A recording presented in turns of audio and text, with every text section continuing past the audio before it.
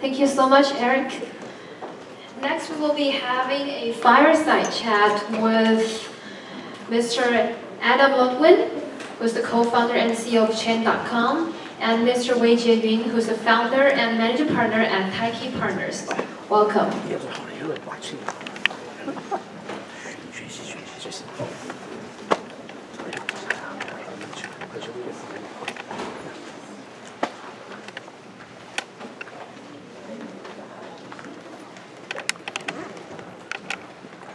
Welcome.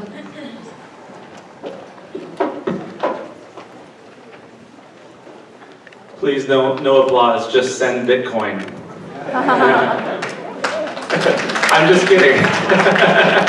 Send Ethereum. No. Yeah, well, first of all, welcome to Fireside event. Great to see a lot of new faces as well as lots of old friends. As you all know, Heist is a non-profit organization, and its mission is to foster entrepreneurship in the Valley. So we put on lots of events throughout the year like this. Obviously, we cannot make this happen without your participation, both as a participant, and I would also like to encourage you to volunteer at Heist. And we run by volunteers. And I will assure you that if you volunteer at Heist, you'll also learn a lot from process. And I can honestly myself, I've been volunteering at Heist for the last 10 years, and I have learned tremendously in the process. So as a board member, that's the commercial for Heist. Okay, now get to the main topic about blockchain. And it turned out that this is the 10th anniversary for the first white paper published 10 years ago. And Adam, for you as, I hate to use the word pioneer because you're so young, but you started Chain 5 years ago. Give us a historical perspective. What was it like at the time, and how you started out, how you see the blockchain ecosystem evolve in the last 5 years? Great, well thank you for having me. Good afternoon, everyone. So before I started Chain, I was a VC investing in startups. And I happened to work for a fund after graduate school that was about 50% fintech. But this was fintech pre-crypto, cryptocurrency. And in 2011 or so, a friend of mine sent me the Bitcoin white paper. And he sent it to me because he thought it was a startup fintech company that I could fund as a VC. He said, this is a cool deck. It's a little bit of a weird format, but maybe you can find Satoshi and give him the Series A or something. So I read the paper, and I quickly realized two things. One, this is not a startup, but two, it was entirely different from all the other fintech that our fund was looking at. And if you think about fintech outside of cryptocurrency and blockchain, it's basically a thin layer of application or user interface, like Venmo or Square, that sits on top of the existing financial stack. From government money to banks to credit cards and other networks and processors. And at the very top, you get this thin layer called fintech. Credit Karma, all these companies. But it's all just making it bearable for normal people to use the existing system. Whereas Bitcoin was like a big red reset button that said, look, we've already got the internet, which connects everybody. What's the least we can add to it to get to a financial system and money? And it turns out that the answer was, several thousand lines of code, and you've got the start of something. Of course, it was also clear to me that the amount of time it would take to go from that concept to any sort of meaningful adoption and change was going to be years, if not decade plus. So, maybe at that point investing in a company and hoping, to use your term from earlier, that the inflection point was only a couple of years away felt wrong. But given that I really believed in what I was seeing, as I learned more, I thought this is a great opportunity, early in a career to really invest in something and be part of something and hopefully shape it. So that's how I got into the space. Very interesting. So I guess the advice for the VCs in the audience is, take the weird idea seriously. Absolutely. Surrounded, that's a good summary. Have a prepared mind, seek out strange ideas, and then realize most strange ideas are also bad ideas. But every once in a while, a strange idea is also a good idea or an important one. Yeah, one of the most amazing things Chain have accomplished, which for me as an observer, is that your partnership with Visa, NASDAQ and so on and so forth. Let's take a Visa as an example. Give us kind of an insider's perspective. How does a Fortune 500, financial institute thinking about blockchain technology? And secondly, why the hell do they work with Chain, which at the time less than 20 people? That what do you bring to the table that they cannot fulfill otherwise? Yeah. So large financial institutions have become interested in the last few years in this technology for two reasons.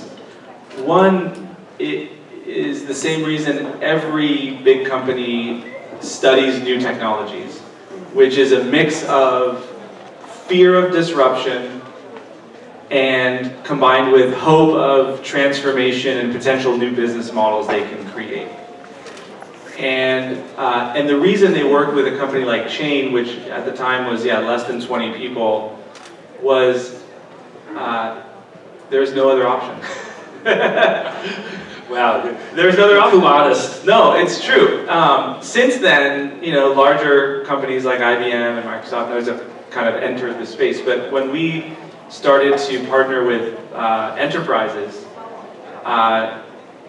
we were one of the only, if not the only option. And really our marketing strategy, and I think this applies to anyone who's a small player wanting to work with big fish, don't try to sell them on a new technology. Just teach them about it. And if you become known as the best teacher, then they'll want you to educate more people, and eventually they'll ask you to come teach the CEO about it, right? And when you teach the CEO about it, don't try to sell the CEO. Just explain it to her, and then at the end of the meeting, she will ask, okay, so what do you guys do again? And of course, you'll have prepared an answer to that question. And you'll say, oh, I'm sorry, I didn't even think that we were going to talk about Chain today, right? And then you sell them on Chain.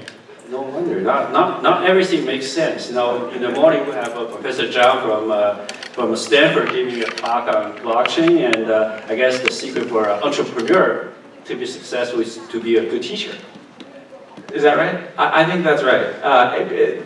The other thing I want to say is, blockchain is similar to other frontier technologies like AI and VR and robotics and drones and self-driving vehicles. Nobody really knows how these technologies are going to get commercialized yet. And actually it's a mistake to try to rush to commercialization. And so if you're a big company and you're choosing between working with someone like Chain versus working with a large consulting firm, you kind of know the mentality of the consulting firm. They want to sell you now on a solution now and start integrating it now. Or they just want to do a study with you, but they're not the experts in that thing. So I think the big companies have kind of figured out, with respect to frontier technologies, it's actually safer to work with startups who have an incentive to work toward the long term, toward the fundamentally interesting new things. And that's basically the strategy that we pursued at the beginning. See, that's bring up another good point, which I'm very impressed with Chain, in a sense that you're one of the, not that's the way we're pioneer, you're one of the early players in the field, and there's obviously lots of hype, let's call it a lot of momentum, a lot of hype. Okay, a lot of hype in the space. Yeah. Yet, if you look at Chain, you didn't go. You're not going through a hyper growth. You're not chasing some of the smoke out there. You're all things considered, being very, very grounded. Do you worry about missing the big wave? All the time? Yeah. Or what, as a CEO, as an entrepreneur, share what's your thinking process in this kind of macro environment? Yeah. It's a great question. It's very difficult to be a startup in a field as noisy and hype-driven as this one. And I'm sure, again, that's true for other fields like augmented reality and, and AI, where there are a lot of opinions, a lot of divergent opinions, a lot of segmentation, a lot of debate and controversy, and most critically, a very small amount of demonstrable impact and value yet from this entire set of technologies. So if you want to be in a space like this one, you have to be willing to immerse yourself in all of the hype and all of the noise, read everything, think about everything. You can't be myopic and ignoring what's going on. But then you have to have your own point of view and opinion and bet on yourself. And most importantly, you've got to assemble a team that you can talk through the strategy with. And ultimately, you can't be chasing things, right? If you're chasing, you're going to be too late. Someone does an ICO, oh, we should do an ICO, right? Well, did you think about why that made sense before you saw it, or did you just want what they have now? So having conviction and then sticking to it and seeing it through, which is also difficult because oftentimes in a space like this, when you make a bet, you're going to be early, and that means that the world may not catch on right away. And you may think, oh, that means we're wrong. But oftentimes it just means, no, you were early, and you just got to stick through it. So I don't recommend anyone work in the space. Not because I don't want competition, but it's just it's a psychologically draining thing to be an entrepreneur. But also to be an entrepreneur in a space that's this hyped. It's quite challenging, but it's fun. Yeah, that's a very interesting comment because since I've been around for a while and the hype we're going through is much bigger, relatively speaking, compared to the internet level. Because if you look at the internet, the bubble is bigger, but the usage is substantially higher. Yeah, can I build on that? Can we do an audience poll? Okay, everyone has to participate, okay? If you were born between January and June, can you raise your hands? That should be half. If you were born between June and December, can you raise July and December? Okay, that was just the warm-up to get everyone comfortable raising their hand. Okay. So in the 90s, it's 2018. Okay, so let's go back 20 years. 1998, for those of you that were alive and sentient. How many of you had heard of the internet in 1998? Okay, yeah. How many of you had purchased a .com stock, like you made an investment in some internet company in the 90s? Okay, so the first answer is like most people, now fewer people. And then how many of you were using the web in 1998 or using a personal computer? Okay, great. So that was like the 90s, right? Most people had heard of it. Some people had invested, but everyone was using it. Okay, so now it's 2018. How many of you have heard of Bitcoin? Okay. How many of you have purchased a cryptocurrency? Okay. Now, finally, you gotta put your hand down. You don't know my third question. How many of you actively use Bitcoin for payments in your life or in your business life? You did know my question. So, two. So that's the fundamental difference from the 90s, which is everyone's heard of this new thing. Some people are investing. But in the 90s, everyone was also using these things, and now no one really is. And that's the fundamental challenge, question, what does it all mean? And some people will argue that that was an unfair poll. That investing in Bitcoin is using it, because it's like saying, how many people have purchased gold, and now how many of you are using gold? Well, I'm not using gold for anything other than investing. So if you think the end-all, be-all is just a digital gold, then that was a unfair set of questions. But if you think there's something more profound potentially, which is the ability to have money over IP and to move value over the internet, like the previous speaker was discussing, then we're still actually very far away. And it's not quite like the 90s right now. It's more like, you know, the late 70s maybe, when the Homebrew Computer Club and Steve Wozniak were tinkering and inventing a whole new paradigm called personal computing. And we were still ways away from commercialization. The only reason there's a conference, though, because nobody cared about the Homebrew Computer Club at the time, except for the people in it. And if that's the case, then you have to say, why do we have a conference? And the reason is because there's a word up here that says investment. In other words, the nature of this technology is that it's money.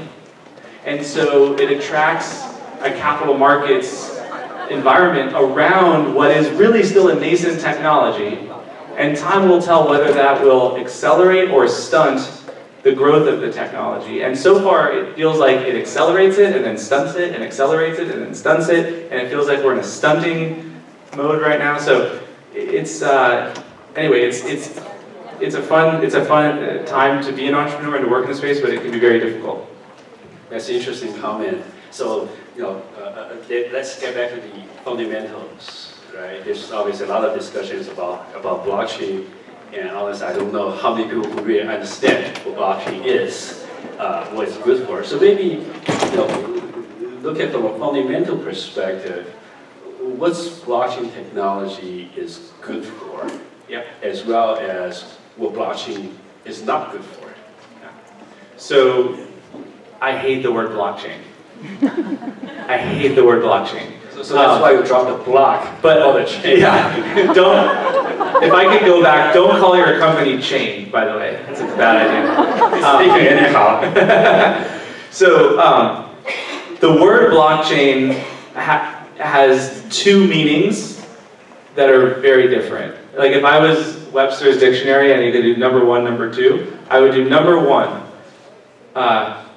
a new database model that is really designed for assets. So it's fundamentally, if you look across every project and you say what unites them, you've got this new data structure, right? It's basically a mathy database with crypto in it. So it's a database. That's definition one. Very boring. Definition two is a counterculture. It's a sociological definition. It's a word that means we're going to disrupt the status quo with decentralization.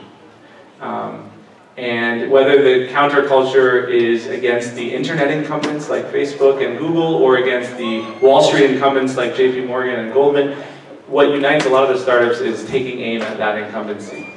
But how could that be? How could a database technology power a counterculture? That doesn't seem to connect. And the answer is because it's a database technology that enables decentralization, enables us to create decentralized software models that don't require a central operator, don't require anyone to run them, and therefore can challenge these sort of traditional centralized players. So that's blockchain, but still it leaves us wanting for more. So when I start explaining this topic to folks, I usually start by defining cryptocurrency. Do you mind if I do that? Okay, so I think when you think cryptocurrency, think new asset class. right? So, and when you think asset class, like stocks, bonds, real estate, it's helpful to remember that other asset classes serve something else. Stocks don't exist in a vacuum for their own sake. They exist to support corporate organization, the corporate form, and fundraising for corporations, and ownership in corporations. Bonds, likewise, serve borrowers, and real estate serves property owners, and so on. So what are cryptocurrencies serving? Like, what are they enabling above the actual asset class? And the answer is software. A new type of software that's decentralized, or what are usually called decentralized applications, which are these applications that don't have a central operator. And then you get to a more fundamental question: what good is that? What good is it to have a decentralized application? And finally, that's where I think you get to an interesting answer, which is decentralized applications are censorship resistant. You cannot stop anyone from using them. You can't censor a transaction as long as the sender or the creator of that transaction pays the appropriate fee and is connected to the network. And censorship resistance is very powerful. It's so powerful that it's attracting people to use these services, even though they're way worse than their traditional centralized counterparts. Like, you cannot say that for everyone, Bitcoin is better than Visa, or that Ethereum is better than cloud computing, or that Filecoin is better than Dropbox. In fact, they're slower, they're harder to use, they're more expensive. But because they're censorship resistant, it attracts folks who need that for a particular use case. And yes, that might mean that in the short term, those users are unsavory, right? Who needs censorship resistance? Oh, people that are creating ransomware, or people that are trying to evade capital controls, or want to launder money, or buy things they shouldn't be buying on the internet. But that's, I think, pretty short-sighted. I think the bigger opportunity, or a different way to think about it, is censorship resistant also means open, unfettered, and when you have an open system, the pace of innovation is much higher, and you'll see emergent things, new forms of value that will come out of that. And it's this new medium that will lead to essentially new categories of value and money that we haven't seen yet, but everyone working in the space is fundamentally interested in. And the ICOs of the last year, that was an example, even though most of them, I think a fair person would agree, are garbage. It still demonstrates a new form of capital formation that we've never had. So if you look at the application where the value being created, at a high level, you can put it into two categories. One is for enterprise, we call it B2B. The second is B2C for consumers, average consumer. What's the two questions? What's the dynamics?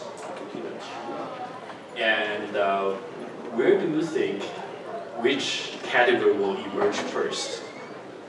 Right, so, yep, there's cryptocurrencies and there's sort of blockchain, right? Or DLT, permissioned, private, and then public, open, etc. And I think that's been a helpful distinction insofar as big financial institutions, enterprises, were not really willing to experiment or adopt public networks for a variety of reasons for the last few years. Number one, their governance is terrifying. If you imagine, for example, Starbucks issuing a points program onto Ethereum, using that as the medium for its program, then the network forks.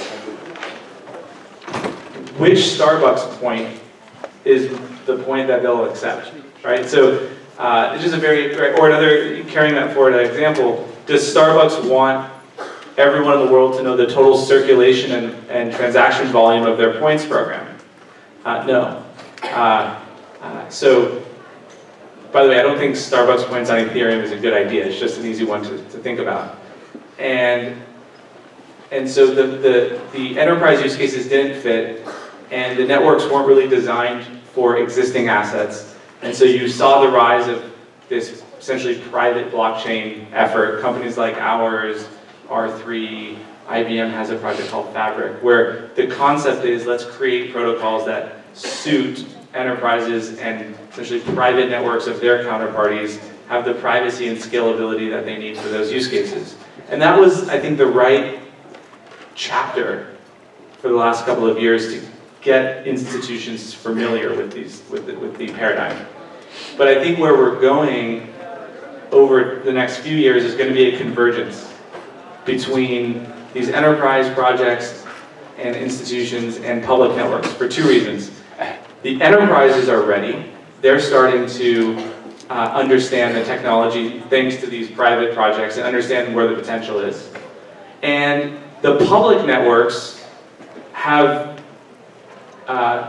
improved on the attributes that 3 or 4 years ago made it impossible to use them. In other words, they're scaling, starting to scale. They're starting to become more multi-asset possible, right? So networks like Ethereum and Stellar, where you can issue any asset on top. There are increasing breakthroughs in terms of speed of transactions. There are breakthroughs in terms of privacy. So the technology is improving, the enterprises are more comfortable, and I think at the end of the day it makes sense for enterprises, when they're transacting inside their own organization between customers, to do that on private ledgers. But then when they're moving assets between organizations and they need interoperability, to do that over open networks instead of proprietary ones. Yeah, following on that, so if I were a Fortune 500 company and looking at adopting blockchain technologies, obviously this is different than 5 years ago where you're probably the only game in town. So if I'm the CIO of XYZ company, what should I look for, in who to work with? Obviously, you're unlikely to do it internally. How do they go through the selection process that will be beneficial? Yeah. So the number one problem, let me put it this way. When a big institution comes to chain, they're still asking the wrong question, which is some version of, we want to do something with blockchain, can you help us?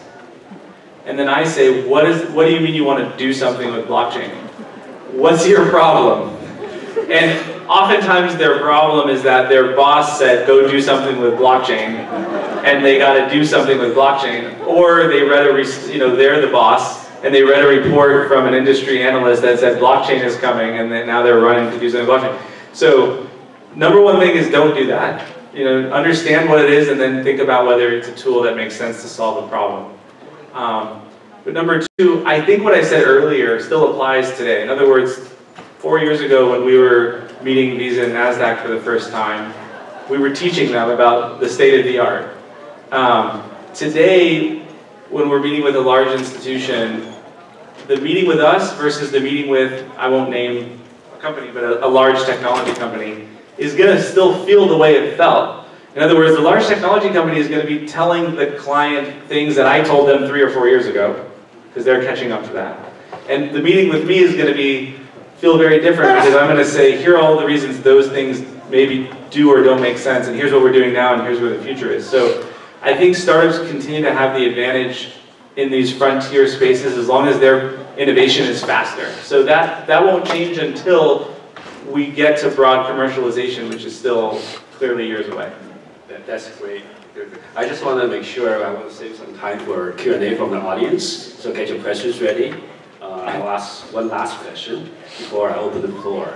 The last question is, as I mentioned earlier, Heist's mission is foster entrepreneurship in the Valley. As an entrepreneur in this space, what advice would you have to the entrepreneurs in the audience? What you do as well as what not to do? Other than don't start. Since that could take 30 minutes, I'll give one answer. Great. Which is, find yourself an amazing co-founder or a set of co-founders that you can work well with and trust and complement you, both at work and at home. You have to have a ton of support in both places if you're going to do a startup. Otherwise, something will break. So that's probably 80% of success. And then everything else is just hard work, I think. That's great. I can definitely testify to that. The questions, Weijie. What's the positive relationship between the equity of a token company versus token of a token? The relationship between the equity and the token of a company.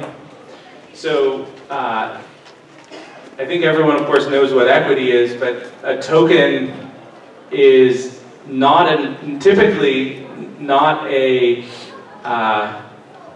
claim on the corporate entity at all, and typically it's not a loan. And this is what's been so attractive about the ICO model. It's people give you money, and you don't have to pay them back, and they don't own any of your company. And they're giving you money only because the thing you're giving them, they think they can sell to someone else for more money. That was most projects over the last 18 months. Increasingly, I think people are wondering, is there some sort of equity token that can be essentially a new medium for more of a traditional private company stock? But if you look at a company like Ripple, for example, if you hold XRP, you have no claim on the company. And if you have equity in the company, you have no participation in the XRP. So they're just different instruments. The relative, which is more valuable? Oh, okay. I think I understand the question. I would answer it this way. If you could choose between investing in a cryptocurrency or investing in like a blockchain startup, like what historically has been a better investment, direct investment in cryptocurrency over time, so far. But there are companies in the space who are worth a lot of money now too. So I think they're different return profiles, different asset classes. Great, we are out of time. Thanks for your time, Adam, and thanks for sharing your insight. Thank you. Thank you so much, Adam.